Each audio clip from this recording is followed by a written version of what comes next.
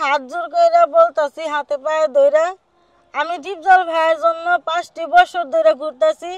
এর কারণে স্বামী সন্তান সব ত্যাগ করছি, বাড়িও ত্যাগ করছি। এখন সাধারণ একটা সুপিয়া গার্মেন্টসে চাকরি করি, 7,000 টাকা বেতন পাই।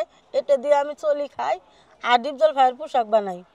তাও জানবো আমার ভিডিওটা দর্শকে দেখা আমার ছাত্র ভাই বোনেরা, আমার কুটি কুটি ভাই বোনেরা, মা বাপ যারা আছেন সবাই এই ভিডিওটা দেখে সাপোর্ট করে ডিপজল ভাইয়ের কাছে বলবেন যে আপনার অসহায় বোনটা এক নলকা ভাত খাওয়ার জন্য রাস্তা রাস্তায় ঘুরতেছে, আপনি দয়া করে এক মুঠ ভাত তারে খাওয়াই দেন মৃত্যুর আগে।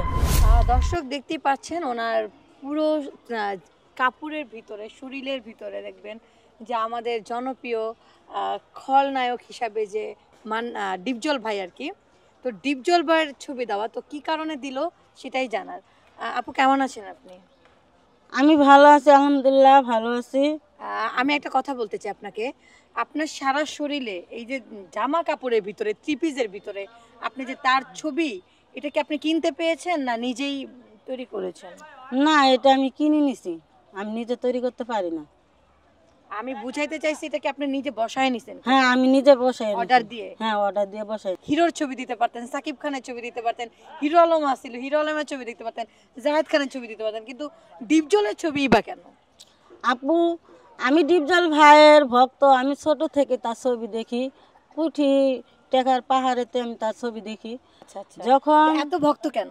যখন সে কষ্টের ছবিটি করলো, দাদিমা, চাচু, বেহেস্তের চাবি, সুলতান খা, কাজের মানুষ ভাই, রিস্কওয়ালা, পরে গরিবের বন্ধু, এগুলা যখন ছবি করছে আপু, তার উপরে আমি অনেক ভক্ত হয়ে গেছি। মানে আপনার হৃদয় ছুঁয়ে গেছে ওনার কষ্টের বা ওনার এই যে ইমোশনালি ছবিগুলো। হ্যাঁ, তার ছবিগুলো আমার অন্তরে গাইতে গেছে। আবার আপনি কি তাকে পছন্দ করেন না তার ভক্ত, মানে খুব ভালোবাসেন, কোনটা? আমি তার ছোট বোন, তার আমি বড় ভাই হিসেবে আমার হৃদয়ে বসাইছি। তাই না?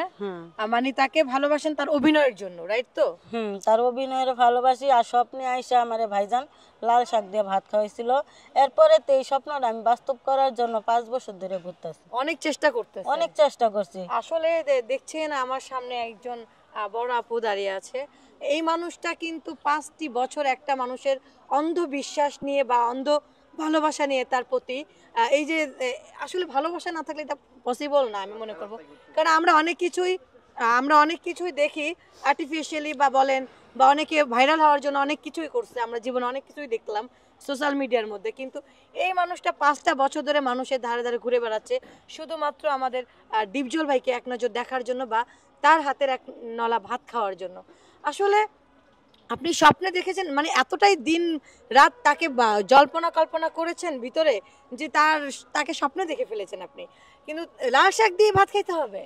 হ্যাঁ, আমার ভাইজান যদি আমার অন্য কিছু দিয়ে যদি এক নলা ভাত খাইতে, তাতে হবে না?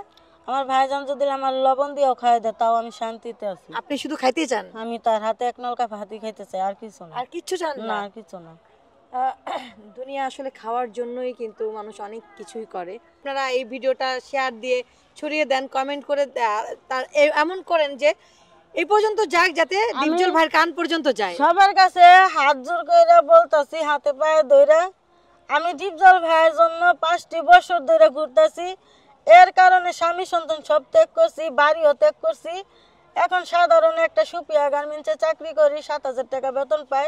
এটা দিয়ে আমি চলি খাই আর ডিপজল ভাইয়ের পোশাক বানাই।